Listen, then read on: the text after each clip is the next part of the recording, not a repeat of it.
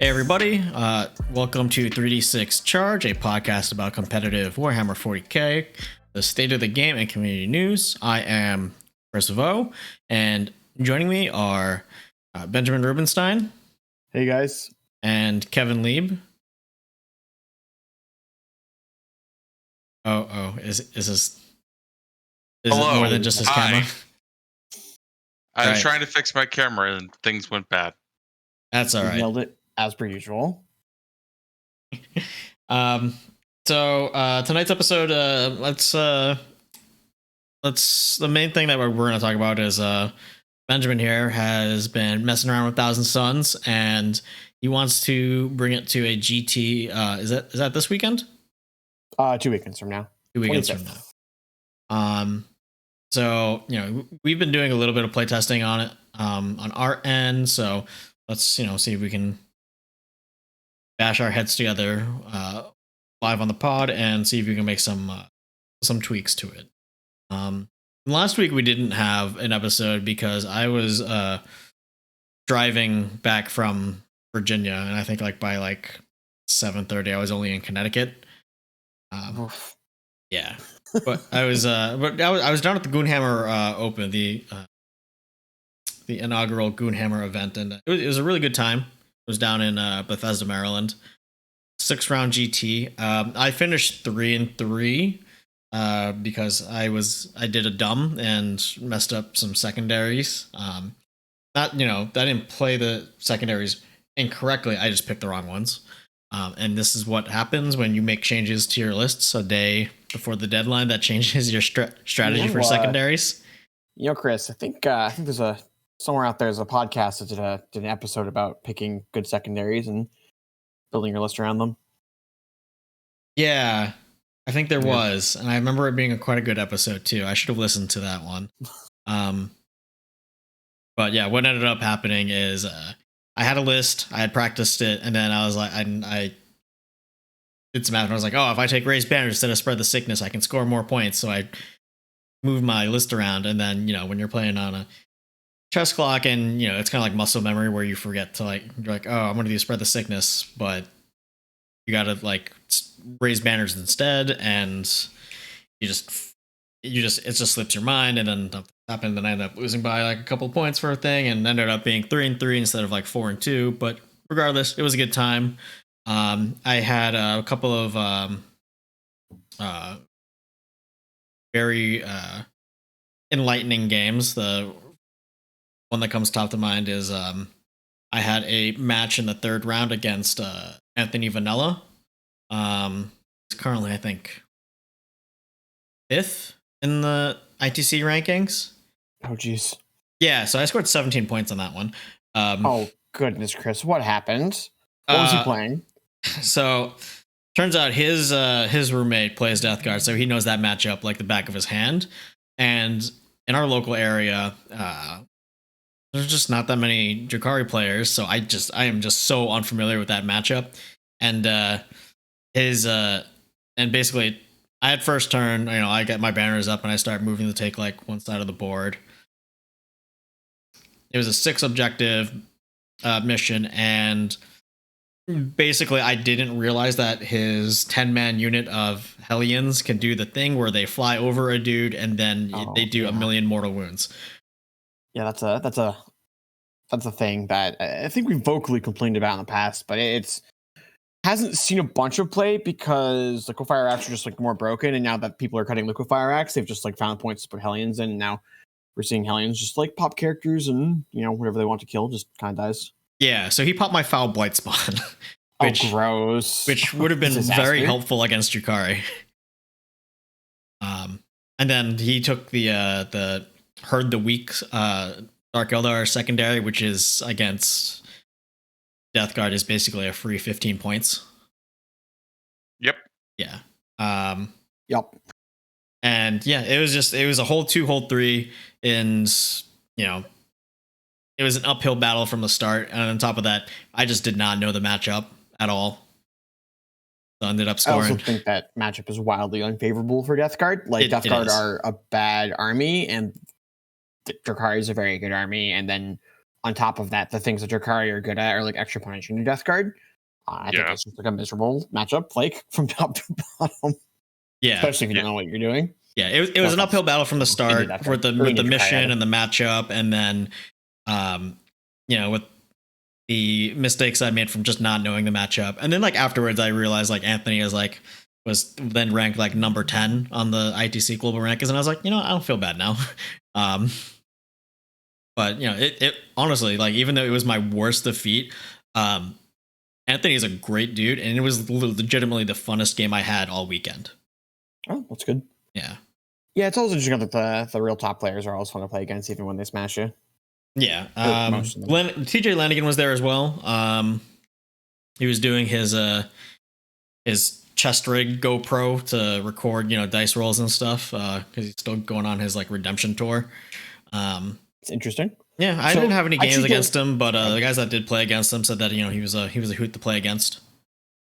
So I don't know like anything about the redemption tour. Do you want to fill us in a little bit, because you were there and you get to see some of it in person? Basically, he's like live. He's just live streaming like all of his games using like a GoPro strapped to his chest. That's GoPros have a pretty wide field of view, so basically whatever's happening on his side of the table, there's no hiding from it.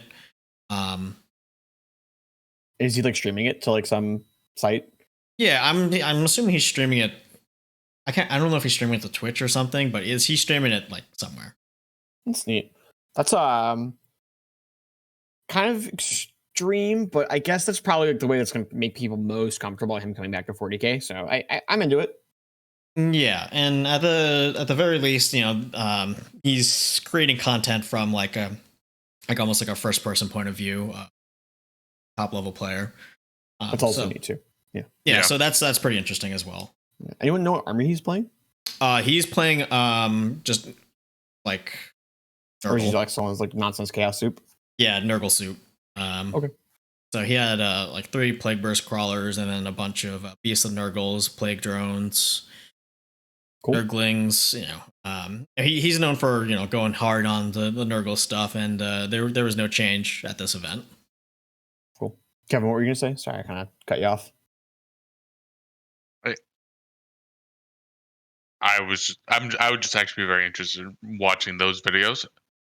A little bit less actually because it's him, but like in general, the idea of getting to watch a first person perspective of a game is pretty sweet. Yeah, it's a neat idea for sure. Yeah, I'm definitely interested in seeing what video content Goonhammer puts out, because their top table was like professionally lit, and they had lapel mics for people on the top table.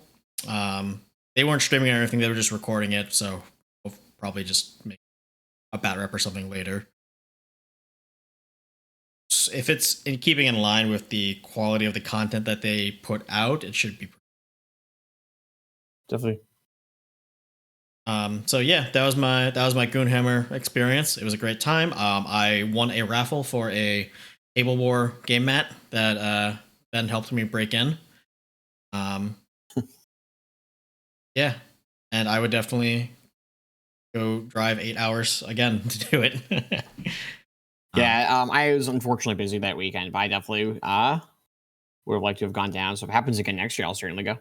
Yeah, we'll see if it happens Labor Day weekend or not. I think the only reason it was Labor Day weekend this year was because Nova wasn't happening again. But we'll see what happens. They might rotate it around too. So, yeah. Of course, if Nova happens, I'll go to that instead. Right. Why not both? Yeah, I mean, I would love to go to both. Time allowing. Sometimes it can be hard to get. In the time of COVID, it's very hard to get time off work as a teacher. It's chaos out there right now. But yeah, when things calm down a bit, hopefully, we've been saying that forever, right? Hopefully, at some point, things will calm down and traveling to GTs and taking days off will become more realistic. Yeah. But yeah, whatever happens on whichever GT happens on Labor Day weekend, I certainly hope to attend. So speaking of GTs, Then why don't you tell us about this GT upcoming next weekend that you will be attending? Yeah, so this GTA this weekend on the 25th, down at the Portal. I believe there's still a couple slots open. So if you are looking to go to a GT in the New England area, definitely get in contact with the Portal, because even if there's not slots open, I think the wait list is very short. And, the nature of GTs, people are going to drop day of. But this is run by one of my teammates. A bunch of my team are going to be there, so I'm definitely going to it. I've had some thoughts both in this podcast and on my own of my driving back and forth from various places about Chow, which is mostly that, like, why do I play 40K? Well, like, to have fun, right? And like, what is my idea of fun in 40K? And for the most part, is like playing interesting games and getting better at the game. And I'm realizing that Tau is kind of like doing neither of those things for me. I'm definitely not getting better at the game, because the army is kind of just shoot all the guns and hope I roll high enough to prevent my opponent from scoring points. Because whatever points I score, my models don't move fast enough. I don't really have enough options to like change my scoring or like go for risky plays. It's just I have the same play over and over, and it shoot everything. So it's not like the most interesting list to play. And then there's also times where it's like I roll up to a table and I look at my opponent. I'm just like, yeah, I have to go first. If I go second, I'm just gonna like shake your hand and we'll call it a day. I don't actually do that. Like I play the game out for points unless it's the last round. If it's the last round, I'm just gonna like are you gonna have fun smashing me? But like after the first turn, we'll just know. And I'm not in love with armies that have 0%ers. No particular matchup I think is 0%, but there's certainly matchups where it's like I need to go first or I need to go second, and if I win or lose that die roll, it just like decides the game, and that's not particularly interesting. And then, like I said, I can kind of like put my models down on the table, and if you tell me who goes first or second, I can tell you what I'm going to do every turn. So it's not making decisions. I'm not getting better.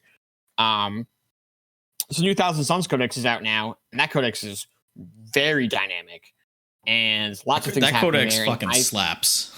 Yeah, first of all, it's very good. It's also very interesting. There's a lot of things happening in it.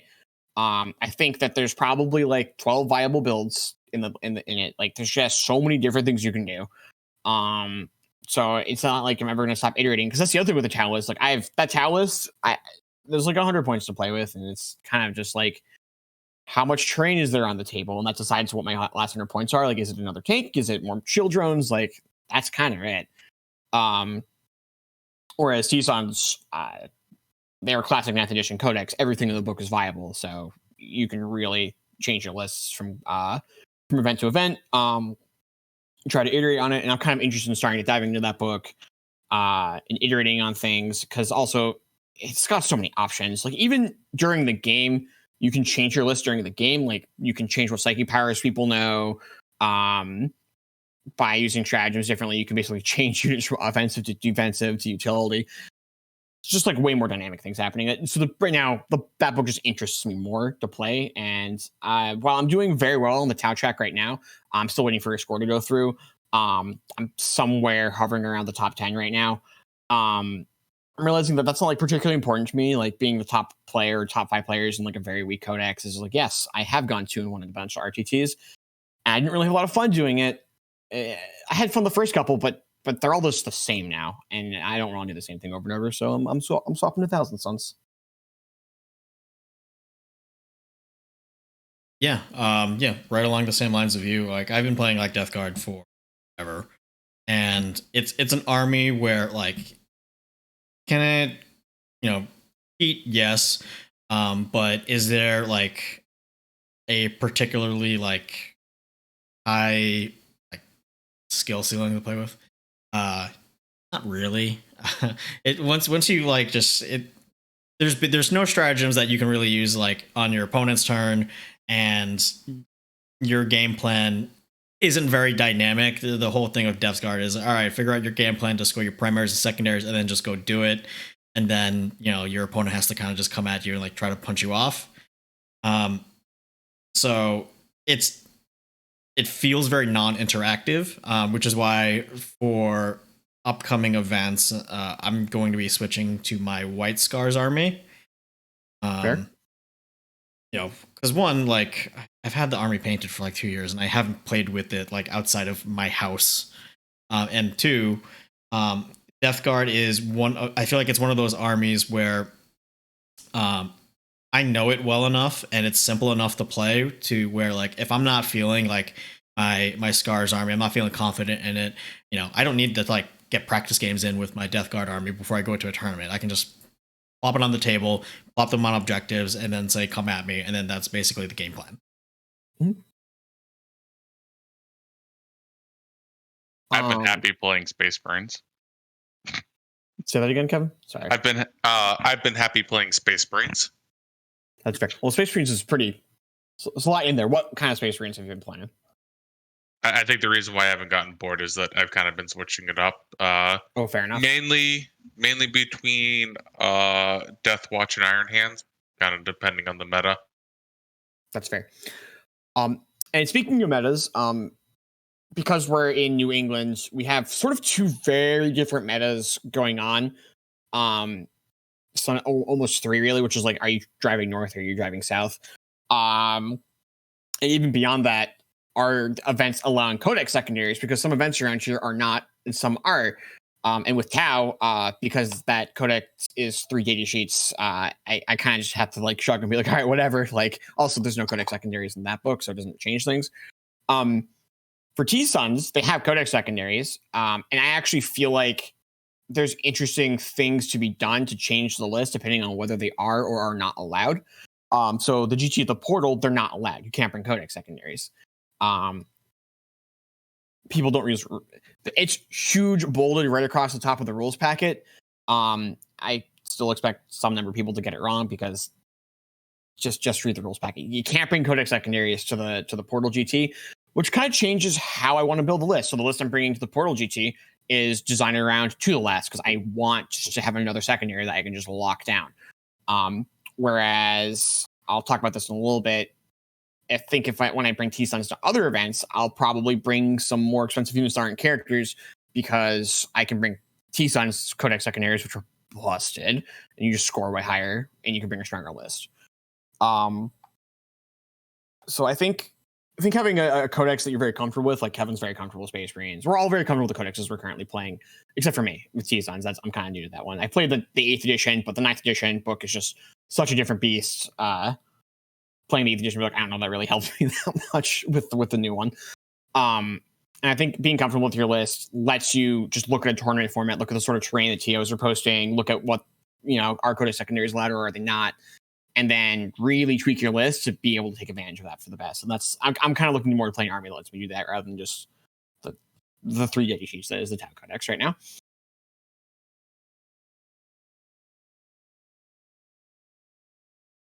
All right. So I'm going to go through my list. I'm going to go through it twice. The first time I'm just going to read off the units in it. And the second time I'm going to pause on units. And you guys have both played against the Thousand Suns book. So you guys also jump in, like let me know how units felt when you played against them or how you felt about things. All right. So for HQs, I'm bringing Armon. He may or may not be on a disc. We can talk about that later. An Exalted Sorcerer on a disc with the Dilettante upgrade. An Exalted Sorcerer on a disc with the Rahedi upgrade. And then because I have 2 Exalted Sorcerers, I can also bring 2 more Sorcerers without taking 4 sword slots. I put them both in Terminator armor. 3 5-man Rubik Marine squads, which will most likely all have Icons of Flame. 3 Hellbrutes, I think 2 of which are going to be Multi-Melta Missile Launcher, 1 of which will have a Fist. A Zanger Shaman. A Chaos Vindicator. And then 3 Rhinos. And this leaves me with about 150 points to fiddle around with, which is part of what my idea for this podcast was. Chris said, hey, like we're looking for a podcast topic. And I said, well, I have a GT list I need to figure out. I'm going to bug you guys about it anyway. So let's just do it on air because I think building lists and talking about why we're making the decisions we're making, I think is one of the things that makes me a better Warhammer player. So I figured we'd share that process with all of you guys. All right, so most of that's pretty straightforward. For the HQ slots, they're real simple. I think Armon's going to end up going on a disc because with the new reduced range of the Psychic Power for T-Suns, having a bunch of guys just like moving 12 inches and then casting powers is really good. The fact that they can jump over terrain, jump over other infantry, jump over vehicles. I've just been very impressed with putting things on discs. How do you guys feel about it? Discs are expensive. I'm spending 70 points on discs. So it's like a whole other, that could be like a whole Zanger Shaman. But I'm pretty sure that's worth it. How do you guys feel? I'm for the disc. So I think a lot of people will try to compare it to like giving a Demon Prince wings, which I think is like false equivalency, because like the Demon Prince, like, yeah, like, you know, big base, he benefits from the wings and having fly and, you know, the increased movement and everything, but you're not bringing the Demon Prince to primarily to be a psyker. You know, the psychic things is nice. With Armon, or any like exalted sorcerer or anything like that, positioning is the name of the game when it comes to some of these spells, because, you know, a decent amount of the spells or even just smite is going to be the closest visible unit, and you want to give yourself that opportunity to put yourself in position to do the mortal wounds on the thing that you need to do mortal wounds on. I think if you don't take the disc, you're kind of handicapping yourself, and, you know, like, I don't think, I think you're not setting yourself up for success in the psychic phase. Mm-hmm. And I put the Terminators in, the Sorcerers in Terminator armor for basically the same reason. They can't fly, but they can deep strike, and that oftentimes gets them way up the board or like in the position that they need to be. In the previous T-Sun's book, I often would find that you could just like advance all your Sorcerers turn 1 and get them in within their 24-inch psychic range. They could just like start doing their thing. With the 18 inches, you're oftentimes missing the first turn, which then makes you just want to bring the Terminators to put them down and do their thing. Terminators are also really tanky. Like, a Terminator character, like the 5th wound, lots of weapons are 2 damage. Like, there's a lot of AP2 2 damage weapons that are melee, and then, like, all of a sudden going from like, all right, if I fail 2 5-up saves, my guy is dead, to I need to fail 3 4-up saves to kill my guy. The math on how many attacks I need to put into your characters goes way up. And the gun's real. Like, they go from having 1 12-inch shot to having 4 24-inch shots. So I just find the Terminator armor to just be worth the 15 points pretty consistently. Yeah, I heartily agree with that. Do they get an extra attack being Terminator armor? No, nope. Okay. They no extra attacks. But like they're still in 4. Like, it's 4 attacks at 7 neg 1 D3. You can spend a command point to make it D3 plus 1.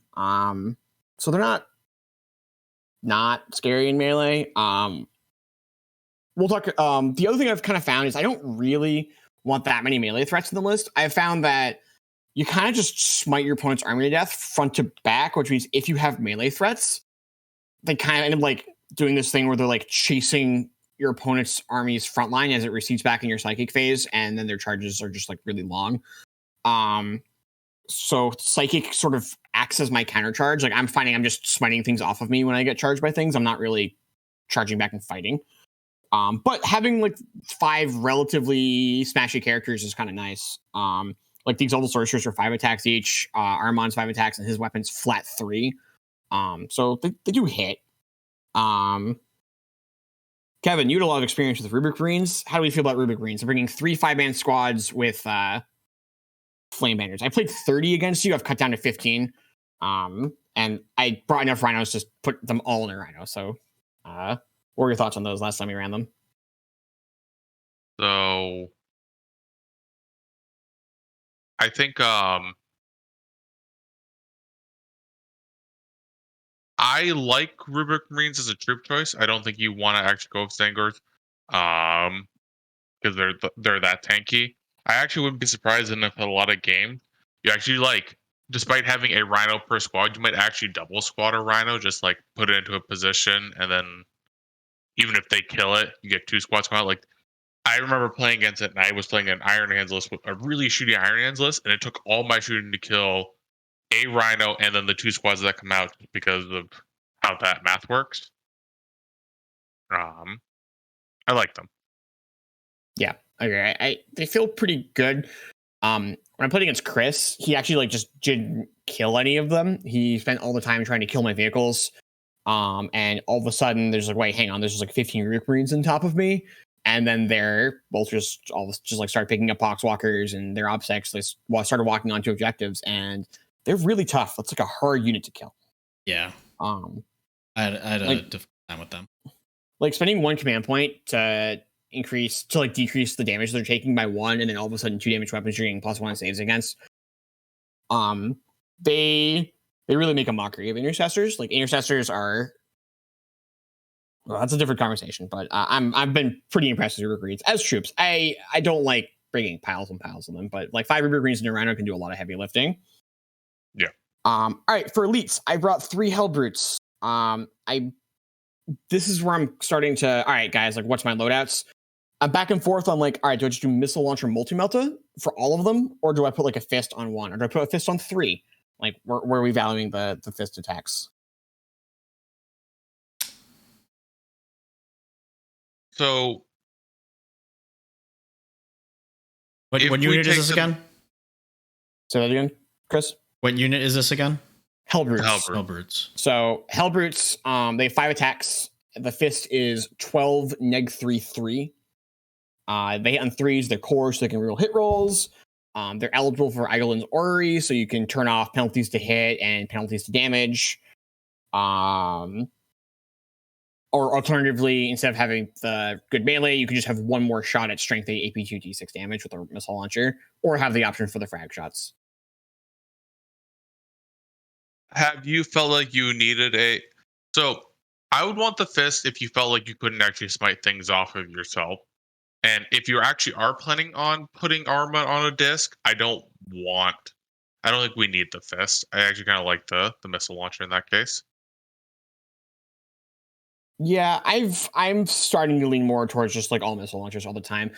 They do tend to push up, but because you usually have sorcerers hiding behind them. That being said, the sorcerers tend to smite things off of them in melee. The fist might deter some people charging them, but I don't know how often I'm really making fist attacks. Especially because if I just do 1 fist, then like, well, that's the one that's just gonna get shot to death when I get charged. So I think I'm just on all missile launchers. Another fun fact about Hellbrutes that I discovered with Chris's game, Kevin, that I think we may have missed in ours. So the Thousand Suns intercept strat works on Hellbrutes. Hellbrutes can intercept. So if your opponent's intercepting like some big tank, like I don't know, the Grey Knight armor thing, which name I can never remember, the baby carrier. Like you could just have a Hellbrute be like, all right, we're intercepting with multi-meltas. Like it doesn't need to be infantry. A Psyker can pass it off to any core unit, and the Hellbrutes have the core keyword. Wow.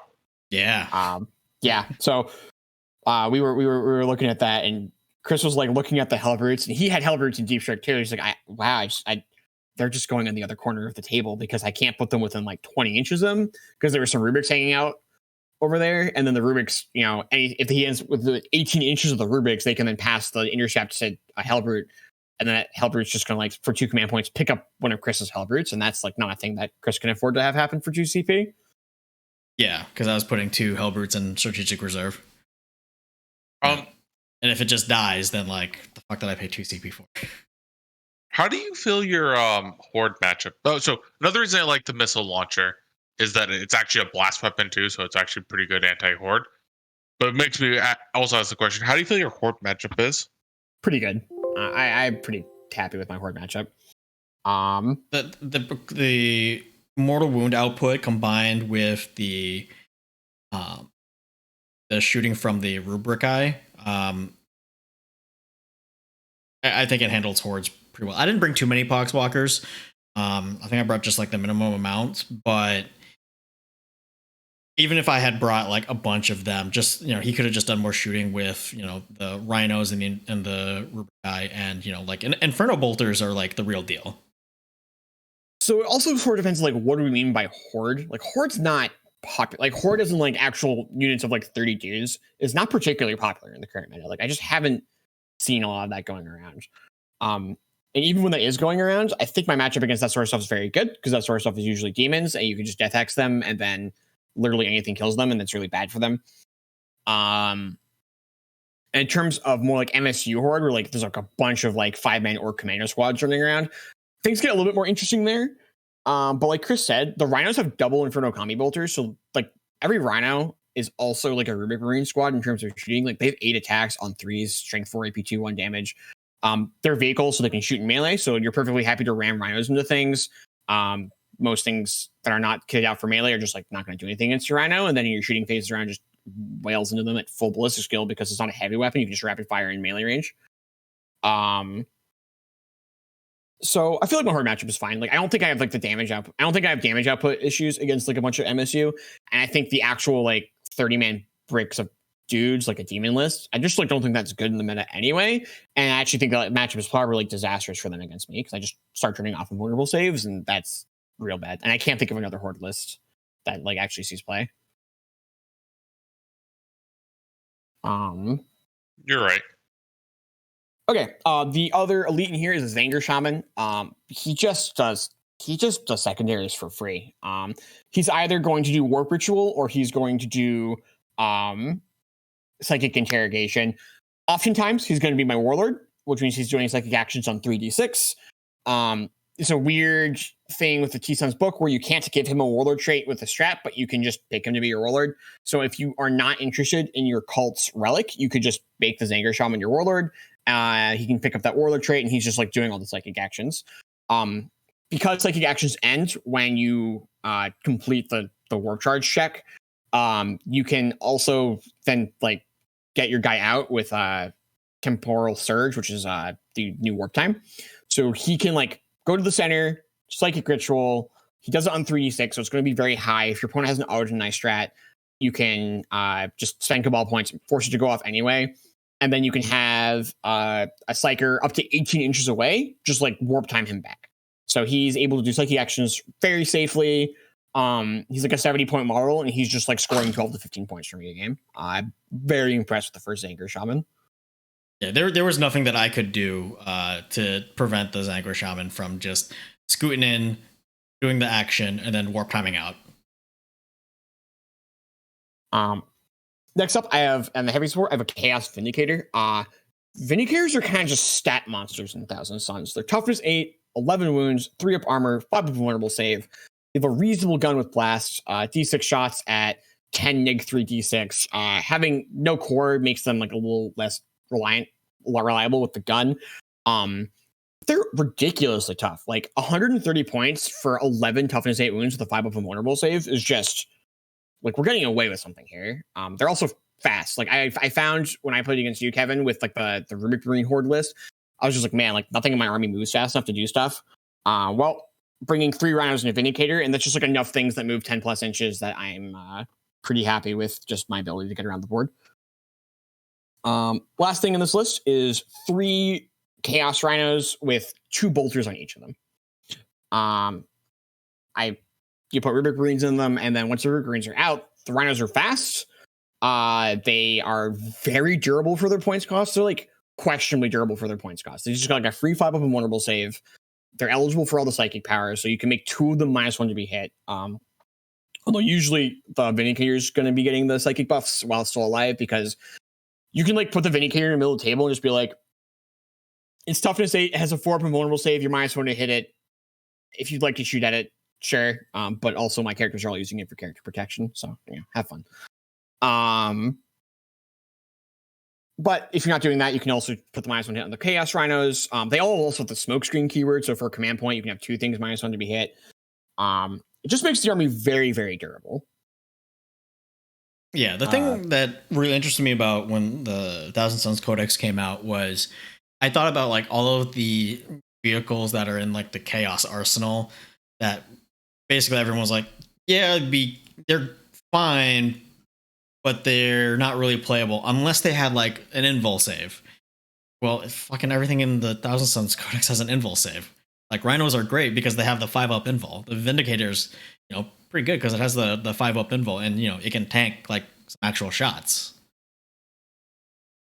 Helbert's also got the 5 up invul, and so a T-Sun's Helbert is like T7, 8 wounds, -1 damage taking, 5 up invulnerable save. All of a sudden, there's a bunch of weapon profiles that are just like really awkward against it. Like anything smaller than a melted gun is just kind of bouncing. And before you could kind of just like put Volkites or heavy bolters into Helberts and they just kind of like disappear like on their own. Now you have to like point real anti-tank weapons at them. And if you're pointing real anti-tank weapons at them, well, now there's like a bunch of Rhinos and Vindicators, which are also very importantly just big. They just like get in the way. Like you just park them between buildings, and all of a sudden people are having issues maneuvering. Yeah, it's like the whole thing when people were taking like Hellblades before. You could just move across aircraft bases. If you just move them across and just block Av's movement, they can't get to objectives. For sure. So this is the part where I ask you guys questions and hope for some input that I like. I have 145 points left over in this list. Chris, against you, I ran a Mutilith Vortex Beast because it's kind of what I owned, and it's fine, but it doesn't really do the things I wanted to do. It did okay in our game, but I can definitely see where you could be more points efficient, or if it had you had rolled poorly with it, then you would be like, oh, this thing's a piece of shit, actually. So you say it did okay in our game, but it killed 10 cultists, took 3 wounds off a tank, and then died. Like it didn't do anything. It took some shots, but it took shots at like a less points efficiency thing than like it took fewer shots than the Vindicator did, and it's 15 points more expensive. It's just like not a particularly impressive model for what it's doing. It's like a little bit too expensive, and the big issue is that you need to put psychic buffs on it because it only has a 5 of invulnerable save. It does not have 3 up armor, it has 4 up armor. So you really need to put the 4 up invulnerable save on it. You usually want to make it -1 to be hit. And now it's just like eating a bunch of things I don't really want to be throwing at it. Plus, it blows up on a 4 up. So like I can't hide stuff behind it, and I can't put it with the rest of my army. It just needs to charge at you and hope it accomplishes something when I'm throwing it across the table. I'd rather it explode into me though. But with I know, Chris, you have a pretty good knowledge of like the Chaos Codex, and then Kevin, we've talked about T-Sons quite a bit. Are there any units that you think that might like really benefit this army that this army is like short on? I'm trying to like more copies of something. Doing a quick look on Battlescribe to see what options fall into that point cost. So how much is the Mutilith? Like 150 points. 145. 145. And like we can move Rhinos around and stuff too. Like I'm not married to anything. So I only just recently got access to the Sons Codex today, but looking at my experience with Death Guard Chaos Spawn, and then looking what Chaos Spawn can do in Thousand Sons, I would say if you had dropped the Mutilith Vortex Beast, and then like how many fast attack slots do you use? None. But you could have taken like 3 times 1 Chaos Spawn, or even just like put them in a unit of 2. Yeah, I could do so. That was also one of my first thoughts too. Was 3 times 1 Chaos Spawn, another Chaos Rhino, and then just drop an Icon of Flame off of one of the Rubik squads. I really like the Rhinos, and because they really like. I feel like they really punch above their weight, and they do the role that like impulsors are supposed to do, but better, which is just like be a bumper car and be annoying. They're so much better than impulsors. It's wild. Yeah. I forget. In your list, did you mention that you're taking that relic that buffs core, like makes core not? Yes. Yeah, we are taking Eagle Wound's Orrery. That's the relic where you pick a unit, and at the beginning of your command phase, you pick a visible unit, and then you have a 6-inch aura around you of you ignore hit rolls, hit penalties, wound penalties, weapon skill, ballistic skill modifiers, and damage characteristic decreasers against that target, which is bonkers. So I was gonna suggest the Twin Volkite Contemptor, but I'm actually wondering how useful that will even be, because I can't imagine there's a lot of targets that survive 3 no penalties to ballistic skill, no penalties to wound Hellbrutes. I was also thinking a Twin Volkite Contemptor. I actually think that's like very good, and I might bring it. My only issue with bringing a Twin Volkite Contemptor is I'd have to borrow Chris's, and his are very Death Guard themed. So I would certainly tank my painting score. They are very rusty. Yeah. I like one on the way, but it's not going to be here. I like the Volkite Contemptors and Death Guard. I'm not sold on them in Thousand Sons. Granted, like they're still pretty efficient shooting against like Drakari and Admech. and you could use the Thousand Suns version of Auspex Scan because they are core. Yeah. So they do a couple of things. The fact that they can Auspex Scan means that as long as it's on the table, you basically can't come within 18 inches of anything that's within 6 inches of it, which is like the table. Like you just can't deep strike anywhere within line of sight of the Volkite Contemptor. It's going to reroll ones to hit because it's core. It's eligible for the Orrery, so things are like -1 damage, which is usually very good against Volkite Contemptors. Don't work against it. The big thing too is for a command point, you can give it an extra point of armor penetration, which is huge because it's AP 0. What's up? Which is huge because it's AP 0 by default. Yeah, and then for a oh goodness, I've lost my. Oh yeah, if you do Cult of Knowledge, which is the other thing I need to talk to you guys about. I don't know what cult I'm playing. You can reroll ones to wound against a target. Can you reroll all wounds or just ones? Just ones. That's still pretty good. Yeah, it's still strong. So Volkite Contemptor is certainly an option. It'd be a little cheesy only because I'd just be like, this is the super rusty Volkite. It's Thousand Suns. So I'm probably going to try to avoid that. Had I had access to one, I think that's definitely something I'm leaning towards. But yeah. All right, let's talk about oh, sorry, Kevin. Do you have any thoughts on the Volkite Contemptor? I don't hate it. It kind of does solve a range issue. You have some good anti-tank shots from range, but for the most part, you're killing things within 12, 18 inches, which is like not a bad range in that edition. But like if your opponent has something in the background that you want to kill, you just like kind of can't. That's fair. Yeah, and you struggle a little bit to get all the way into the back. The other option, and this kind of goes into, I haven't picked a cult yet. If I want to do like Cult of Time, and we'll talk about why Cult of Time's interesting in a second, is I could just be like, here's a 1-man Chaos Spawn squad, a 1-man Chaos Spawn squad, and a 5-man Chaos Spawn squad. Because the 5-man squad is eligible for the 4-up invulnerable save. They're eligible for being double moved, and then Thousand Suns have an excellent Chaos Spawn unique stratagem, which is 1 CP when they fight. They all get +1 attack, and you can choose which of the 3 mutations they get. Which is so good. Wound rolls, an extra D3 attacks per base, or AP 4.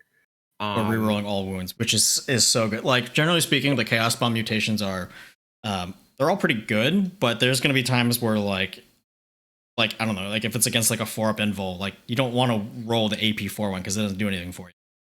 Yeah, and you just spend a command point, you should be like that one. Also +1 attack per base. All of a sudden, they're like averaging 5 attacks per model.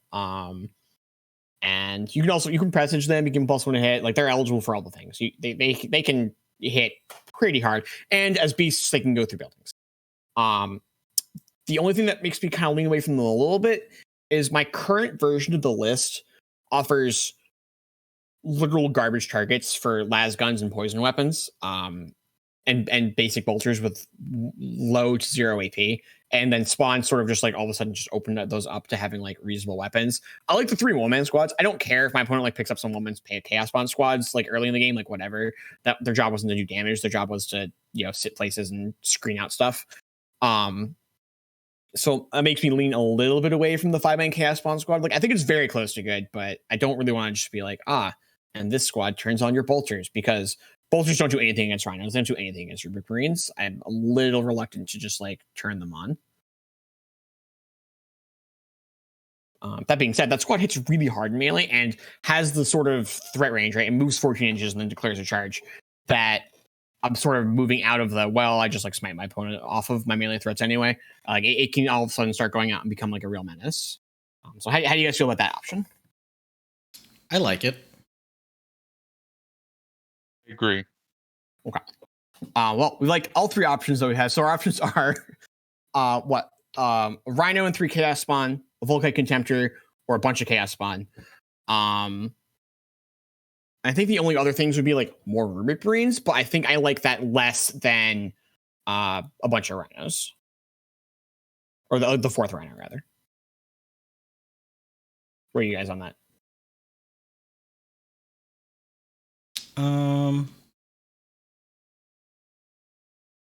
I think extra Rhinos just really helps you. It doesn't help you per se like hit your objectives.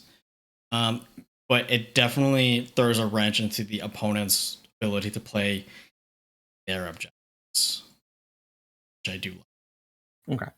So yeah, I like having. I actually don't hate the Rubik squad because there's quite a few maps where you just want a squad either in the back holding objective or in a back zoning out deep strike, but I also like every single one of the Rhinos having a squad in it. So the fourth squad that doesn't have a dedicated Rhino kind of achieves that. That's fair. And the fourth, and doing that too, that's not all the points. Like I would still have points to stick, I think, 2 chaos spawn in. If I cut a icon off of something. 1 chaos spawn, right? Because you had 145 points. Yeah, but we have points on the Rubik Green squads that we can cut. Like they don't all have to have icons. What does the icon do? If I, because it's the same number of Cabal points. Like if I cut an icon and add the Rubik Green squad that doesn't have an icon, like it's still 20 Cabal points. So yeah, you could do 4 Rubik Green squads and 2 chaos spawn. Ben, what does the icon do? The icon gives you an extra Cabal point. But if you're cutting an icon and adding a Rubik Green squad, you're not actually down Cabal points. You still have 20. 21 if the Zanker Shaman is the Warlord. Okay, so Kevin, I think you may have convinced me on 4 Rubik squads and the extra 2 chaos spawn. I'm pretty into that. It's between that and the Rhinos. So either way, let's talk about cults now. So I'll figure out which one of those 2 things I pick. I'll certainly talk about it next episode. So we got a couple options for cults. The cult that jumps out to me as like the obvious one for this list is the Cult of Knowledge. Their Warlord trait is reroll 1s on psychic tests. I could put that on basically any psyker in this list and be pretty happy with it. Someone's certainly going to get it because it's very good. The T-Sun's Warlord traits in general, I have not been super impressed with. So I'm usually just bringing 1, which is the Seeker After Shadows. It's the 3d6 for actions. If you bring a Smashy character, you kind of open up some more, but I don't think T-Sun Smashy characters are particularly interesting because of the way that the smite things from front to back ends up working. So whenever a cult has a good Warlord trait, that's always a good sign that it's like one more thing this cult's bringing to the table. And Real Ones and Second Test is a great Warlord trait. Then their psychic power is you pick any unit within 24, and all Cult of Knowledge models reroll 1s to wound against that unit in shooting and fighting. And their relic is garbage, so don't worry about it. I find this very interesting. I think that the reroll 1s to wound thing is like the thing that draws me to it, and then the Warlord trait's like a bonus. How do we feel that it's not doing anything tricky? It's just bringing efficiency. How do we feel with just like raw efficiency for our cult? As an Iron Hands player, I agree with raw efficiency. Fair enough. Chris? I mean, I think efficiency wins games. It's fair. You also have some like high impact shots, and so the combo of make it so your ballistic skill weapon skill doesn't get affected and reroll hit rolls and wound rolls of 1, just like you're just like very consistently going to be able to be like that thing's dead. And, like you don't know, like knights aren't super popular, but like just being able to like easily say like that knight is going to die every single time or something big is going to die every single time is like, yeah, that's pretty huge. Yeah, for sure. Okay, I'm into that. All right. This is one of the things I love about this book is like I'm running like the same group of models, and I think there's like 4 or 5 different cults that have like very interesting things going on. All right, so Cult of Time is what I ran against Chris. Their Warlord trait is also truly excellent. Whenever you cast a psychic power that goes off on a 9 or higher, you can then cast another psychic power. This is not counting against the number of psychic powers you can cast per phase, and the psychic power is uncounterable. It goes off if you pass the test. This one was silly. It's ridiculous. This is one of the best Warlord traits in the book, because you're going to put this on a guy who has the Athenian Scrolls, so he's casting a power on 3d6. So every turn he's just going to be like, all right, cast this thing on 3d6. Spend 8 points, so this power is undeniable. Oh, a power went off on a higher than 9 because I rolled it on 3d6. Well, going to cast another power. It's also going to be going off on a higher than a 9. you can also do like silly things, like you could give him the relic where he can have 2 warlord traits, give him the warlord trait where you can use 2 Cabal rituals a turn. So you can do the first one as uncounterable because it's a Cabal ritual, and the second one can auto cast it with the second Cabal ritual, but it's also uncounterable because of the warlord trait. And all of a sudden you're just like, yeah, every turn this guy's just gonna like warp time and then death hex something, and you can't stop either of these powers. And we both know that those are both like sort of points of failure. Like, I think a lot of Thousand Suns games come down to like, did you get to death hex? Did you get to warp time? How many times did they get denied? And then you can kind of do the math on like who won from there. And all of a sudden this guy's just like, no, both of them every time, all the time. It never fails. Yeah, I think so. When I was playing a Thousand Suns heavy HQ heavy army, like when I lost games, it was because one of those key spells like didn't go off, like more often than.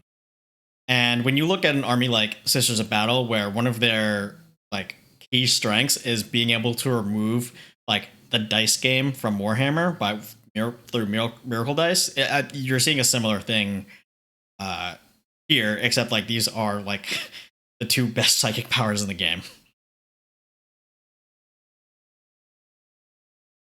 Kevin?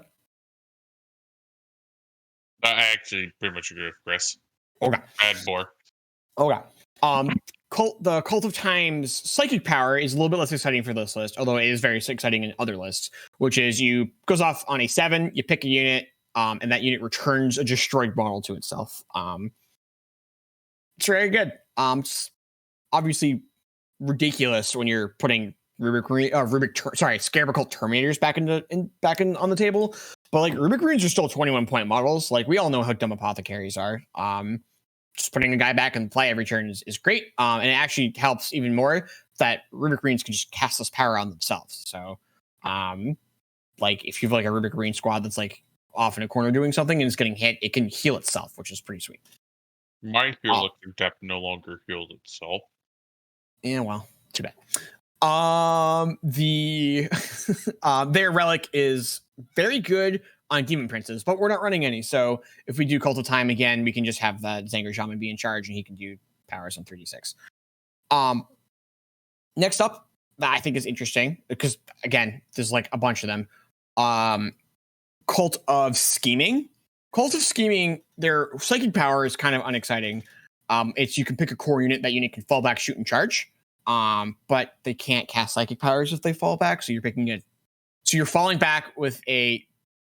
It's only core, so you're falling back with presumably a Rubric Marine squad. You could fall back with a Hellbrute, but really what's going to happen is you're going to look at the Hellbrute in melee and you're going to be like, all right, can I smite him out? If yes, then whatever. And if I can't, then I'm going to pick the thing he's in melee with for Eaglehorn's Orrery, and then his heavy weapons aren't penalized against it anyway, so I don't actually need to fall him back ever. So realistically, you're falling back and shooting Rubric Marines, and someone else is going to have to throw that power on them. So kind of whatever. More interestingly, you would need to take your Warlord more interestingly, their Relic and their Warlord trait. So their Warlord trait is everything within 6 inches has OBSEC. And if it's already OBSEC, it's double OBSEC. So you can have a Exalted Sorcerer on a disc flying around after a bunch of Rhinos. And now my toughness 7, 10 wounds, 3 up armor, 5 of them vulnerable save models that move 12 inches are OBSEC. Wait, they didn't make that core only? Well, all the core models are already OBSEC, so that wouldn't have really done anything. That works on vehicles. Oh, except for Hellbrutes, I guess. I don't know. It'd be weird to be like, this relic makes Hellbrutes OBSEC, but with more words. It's not core lock. It works on everything. It works on the guy holding it. It works on Rhinos. It works on Chaos Spawn. They're all OBSEC. Doesn't work on cultists because cultists don't have the cult keyword. So yeah, that's interesting. And then the relic is neat too. I don't know if the relic is worth not bringing the Zanger Shaman as the Warlord, but it's once per game you can use a stratagem without spending command points on it. Because I'm not bringing 10 man infantry squads, I'm not really doing that. I'm kind of off this one. Yeah. All right. The last one, which is kind of diabolical that I want to talk about, is the Cult of Duplicity. And we only care about one thing in the Cult of Duplicity, and it's their psychic power. It goes off on an 8, which is a little unreliable, but it's not that unreliable because that's actually just a 7 for T-Sons. And if you roll a 6, you can spend 5 Cabal points to make it go off. And if you roll a 5, you can spend 9 to make it go off because T-Sons are wild. And you pick a infantry unit or a monster, and you redeploy it. You pick it up, you put it down somewhere else. So there's the obvious like level 1 play of just like every turn you can pick up 5 rubric greens and put them in the corner somewhere, and then have them walk out the next turn, charge something, be a menace. Then there's the really wild play of turn 1, my Witch Warrior Scarab Occult Terminator is going to Dark Matter Crystal himself into a corner, pop a character, then spend a command point to cast a 3rd power and teleport himself back into my army. With that power. That's really interesting to me. that is certainly a tactic that can happen. And this can happen multiple times, right? Because like you're like, all right, turn 1, do that. Turn 2, another Terminator Sorcerer is going to come from Deep Strike, do it again. Or like you can put them both in Deep Strike and do it on like turns 2, 3, and 4, and just like have a guy who just like redeploy, like go somewhere he's not supposed to be, Doombolt something because he's the closest target. This is the sort of thing that like smashes someone once and then forces them to play around it every time they see it forever after that. And even just like informing your opponent, like, by the way, if you ever like let a thing be within 9 inches of a character, that character is just going to get Doombolted for flat 3 plus D3 mortal wounds off of Malevolent Charge and Doombolt, and they're going to die. And now your opponent has to play really interestingly with how they deploy all their models. The guy who's going to have those powers is probably going to know Doombolt and Dark Blessing. Dark Blessing is a 6-inch power, but you can make it up to 12, so you can still Deep Strike and cast it with some Cabal points. Again, he's probably taking the Warlord trait to be able to use 2 Cabal rituals per turn. And if you roll a D6, if you beat their toughness, they take D3 plus 3 mortal wounds. But if you're the Witch Warrior, you can re-roll that D6, and now you're just popping toughness 3 characters whenever you want. I'm like, this sounds horrifying, but it might be just too gimmicky. I think it's too gimmicky. This makes me sad because I love it, but I think you're right. Okay. This is one of the unfortunate things that you like almost can't use, because it's like it's probably not good enough to see tournament play, but it's also not fun enough to do casually. It's like, would you like to play this casual game where I'm gonna turn 1? It's not, I just have like the dream, right? Whereas like I play against Admech and turn 1, this guy just goes into the back line and goes like, Doombolt that guy, Dark Blessing that guy, 1 command point. I'm out. All your Warlord traits are gone. You have the dude with the stupid redeploy relic is dead. But I think more realistically, just if this were an RTT, I think you could do it, because people like will sometimes chat in RTT, but like you might, even in your final round, you might still be able to surprise someone. At a GT, by the time you're getting to the final rounds, if you're actually winning, the people will know. They'll have, even if it's like a brand new tech off that tournament, people will know. They will not let you do it.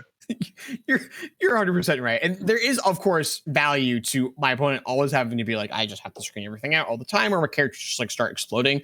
But is that raw efficiency?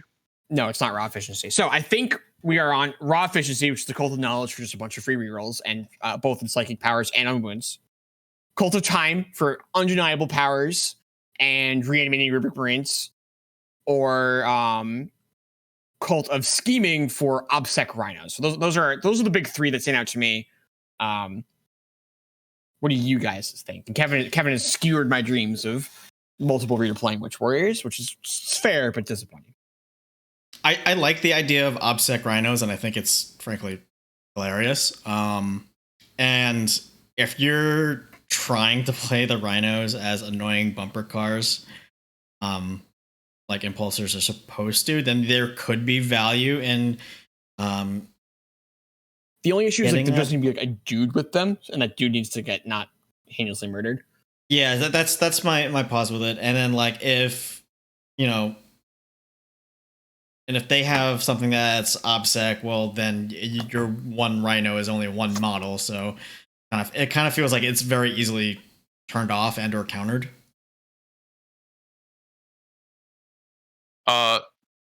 My initial thought is, if you go the path with the extra Rhino and Chaos Spawn, go the one that gives obsec, and if you go the path with the Rubric Marines, go the raw efficiency one.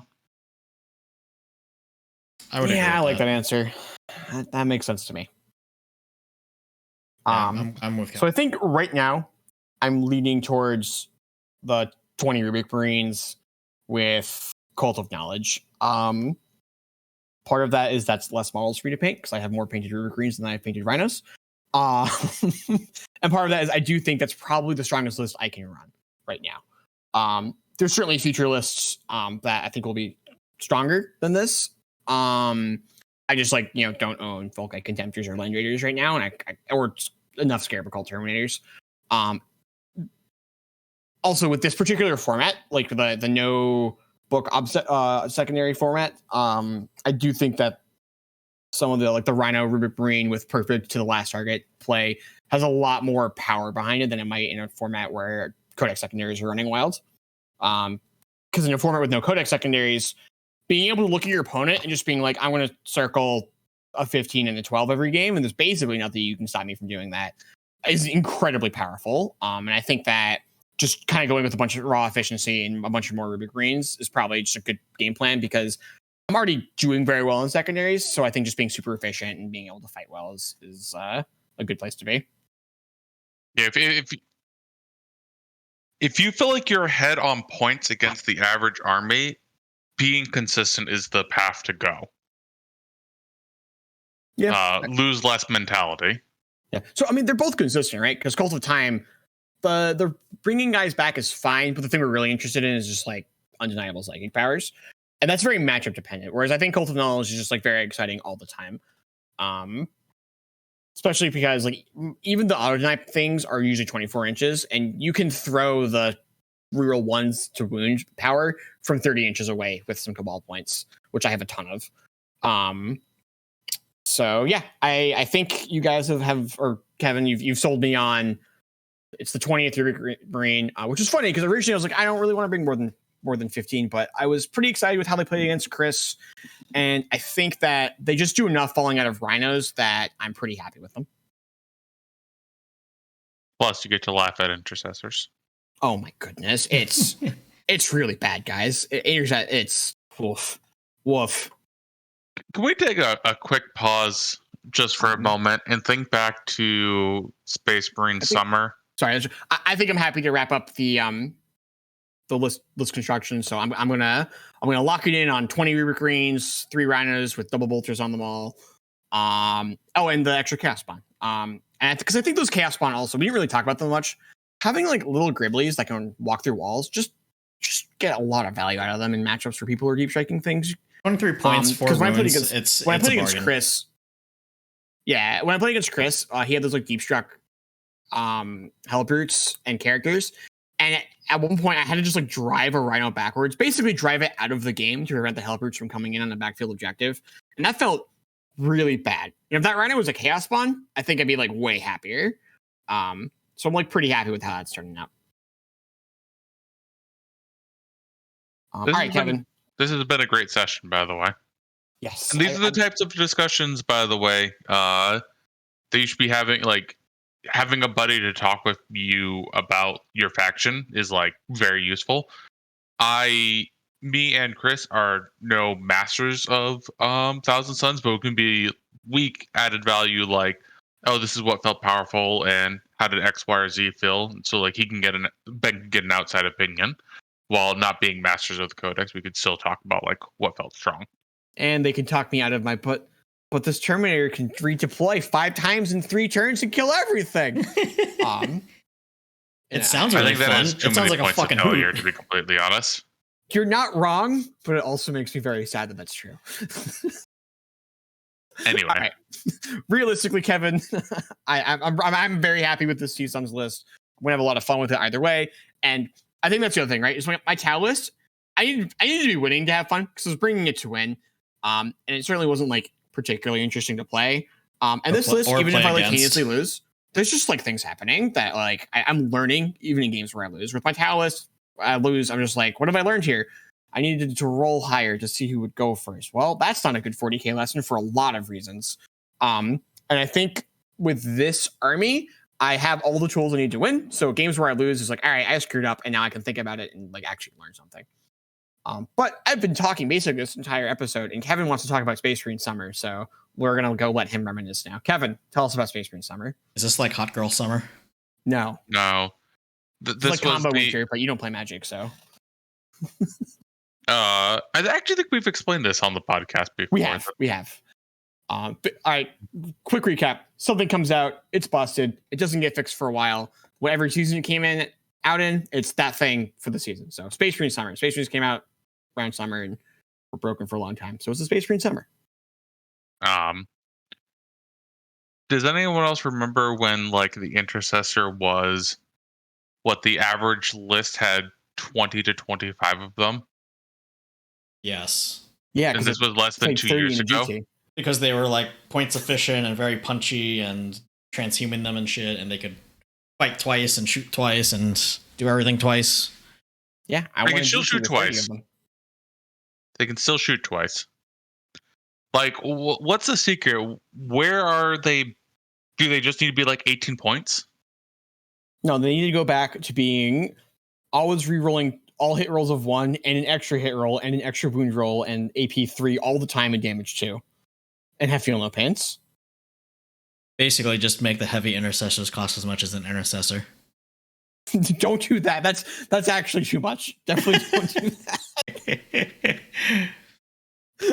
It's just weird because it's like you look at it and it's just like intercessors laugh at like most troop choices of any 8th edition codex, besides like custodes, I would say.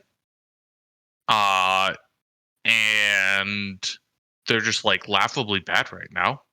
It feels really weird too because all the best codexes just like don't have armor saves. But then somehow there's too much AP for intercessors to survive, and it's just like, how are both of these things true? Because they're both definitely true. They are, yes. I shouldn't say all the best codexes, Drakari specifically, but It is surprise. Next chapter approved Friday or winter FAQ scouts back to troop choices. That's how we save Space Marines. Do you save Space Marines by not making them certain points on troops? My goodness, I don't make scouts troops again. I don't know if that's the solution I want.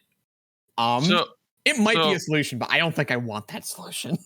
So the answer is Space Marines don't have anything like that's actually good at being any good throwaway units. Like servitors are fine, company veterans are okay, but they don't. The downside of servitors is that they take up enough board presence to actually like stop movement. Like a good throwaway unit is like guard or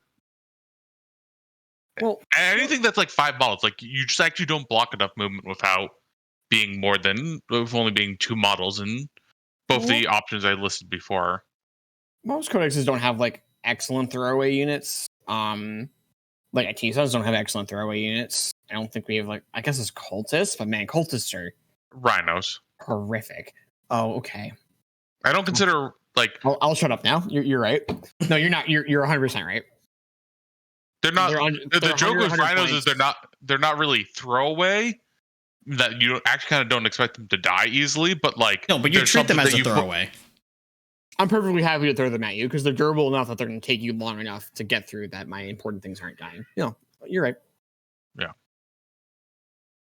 I mean, there's a real chance that like a correct Thousand Suns list is actually just like 7 Rhinos, and you just like create a wall of Rhinos.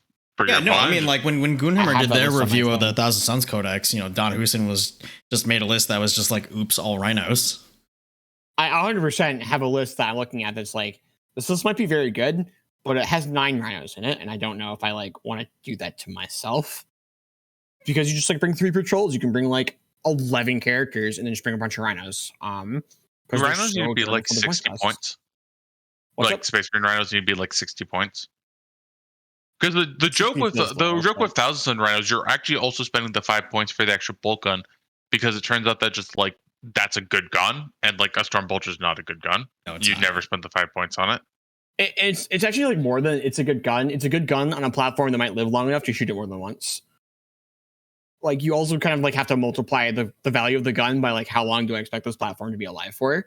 And like a T-Suns Rhino, like they just live like yeah, you point a bunch of melted guns at them, they'll die, but like you have to. You can't just be like, oh, like these autocannons will take it out. Like no, those autocannons won't take it out. Like it's gonna pop smoke, and if you have a bunch of extra AP because you're in a doctrine. I say autocans, like not actual autocans, like all the weird versions of autocans that have a bunch of extra armor penetration, like Tau weapons and whatnot. Yeah, I don't know. They're just like way tankier than they should be for their point cost. Or maybe they are as tanky as they should be for their point cost, and normal Rhinos are just complete garbage. Does an Impulsor need to be like 90 points? How many points is an Impulsor right now? Like 120. Yeah. And that's What's the without difference? it. Then that's before putting like the Invuln Wargear on it.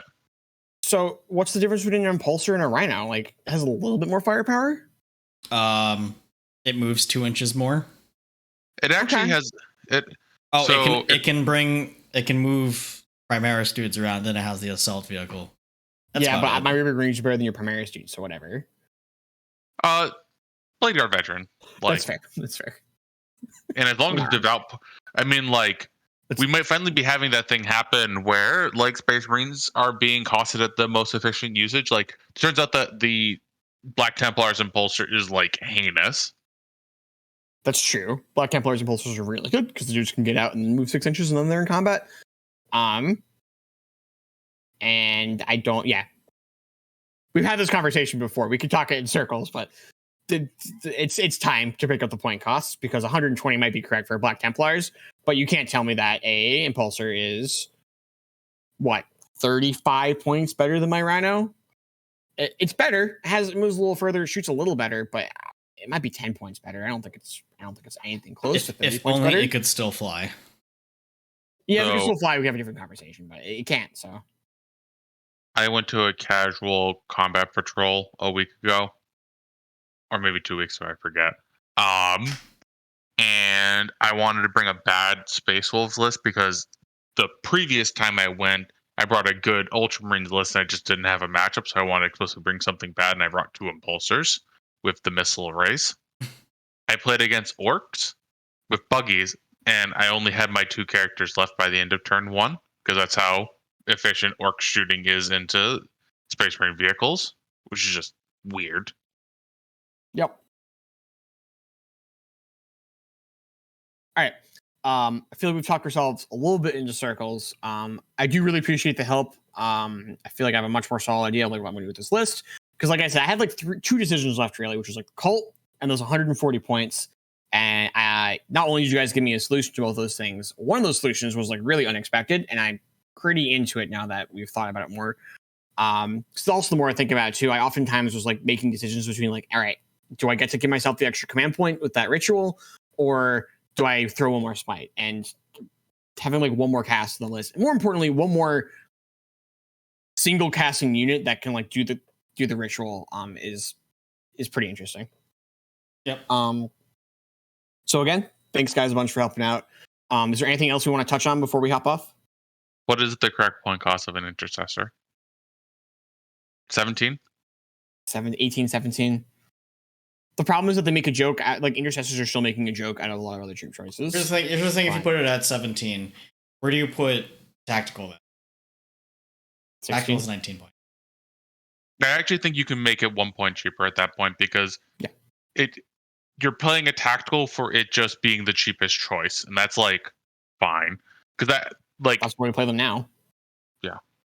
Yeah, I think it's like 18 and 17 or 17 and 16. I think the first change you do is 18, 17. If that doesn't ruin the meta, a couple months later, you can probably jump them down both another point to like 17, 16. 17 for the Intercessor, 16 for the tactical. is the answer is just like their other options have to get cheaper and like you have to keep Intercessors at the same point cost. Maybe. Give them cheaper thunder hammers. Like, so right now, though, like, people just aren't playing. Like, I don't know that Intercessors are the problem, right? Because people just, like, aren't bringing them. They're just bringing all the scout deployers because those are, like, remotely viable. I haven't really seen a lot of Intercessor lists in the successful Space Marine lists. They're just, like, a bunch of infiltrators and incursors because those models actually have text. I have 20 Intercessors, and, like, putting together my list, I'm just like, why would I bring Intercessors right now when I could either bring Assault Intercessors, which are cheaper, or I can bring Incursors or Infiltrators, which are better. Yep, 100%. Yeah, they can probably be the same cost as Assault Intercessors. It's the same Alright. Which cost seems as- weird, but it's like definitely a true statement. Yeah, because all the best Space Marine factions are melee, so Assault Intercessors end up being better than Intercessors in a lot of cases. Or they're shooting, and you just actually take the cheapest troop choice, and you're on to tacticals. Yeah. Yep. And you put your Dreadnoughts on your list, and you're happy about it. Yep. All right. Thank you guys for helping me list build my Space Marine faction. You are welcome. So yeah, if anything, if you take anything away from this particular episode of the podcast, it would be like, theory crafting on like forums and on Reddit is cool and everything, but I think you get a lot more value in a more targeted one when you're talking with like a team or even just like a group chat of buddies. Because then you got that good back and forth, and there's probably a level of familiarity with playstyles as well. Whereas if you just post on Reddit, then any idiot with a keyboard can just say, no, tacticals with missile launchers are the way to go. Those are busted, aren't they? Yes, they are actually. But okay, cool. Just as long as we're on the same page. But yeah, get yourself a crew together, get a group chat going, get a team, get on Discord, just talk it out. All right. Want to sign us out, Chris? Yeah. So thank you everybody for listening to this week's episode. You all enjoyed it. This episode will probably be up on YouTube very shortly as a VOD. I'll throw it up on other parts of the internets as well. In terms of any events or anything, we're not. I'm not going to be busy like Monday, so we'll have the regularly scheduled episode again. Then in the week after that, we'll have some GT results to talk about, and I'll have an RTT result to talk about as well. Sweet. Yeah. Ben, we need to get a game in this week so I can practice White Scars. Sure. Yeah, I'm done. We'll schedule that for this time. Oh, actually, I forgot. There's a very important thing that happened. No. I legitimately was fucking busy. All right. All right. So I put out feelers for a practice game before I went down to Virginia. And then Kevin was like, hey, I'll play. And I was like, hey, let me see if I actually have time to play. And then no, I don't. And then what ended up happening was I was continuing to pack until 11 o'clock at night and running errands. So F you, I was actually busy. All right. Well, these two goobers can't sign us out, so I'm going to do it for us, and then they can continue this argument offline. Thanks for watching, everyone. We've been 3-6 Charge. We're going to be on all sorts of different platforms that Chris knows a list of, and I vaguely listen to him when he lists them off. He's already done it, though, so those are the ones. Which you shouldn't roll. And don't roll any ones. All right. Bye.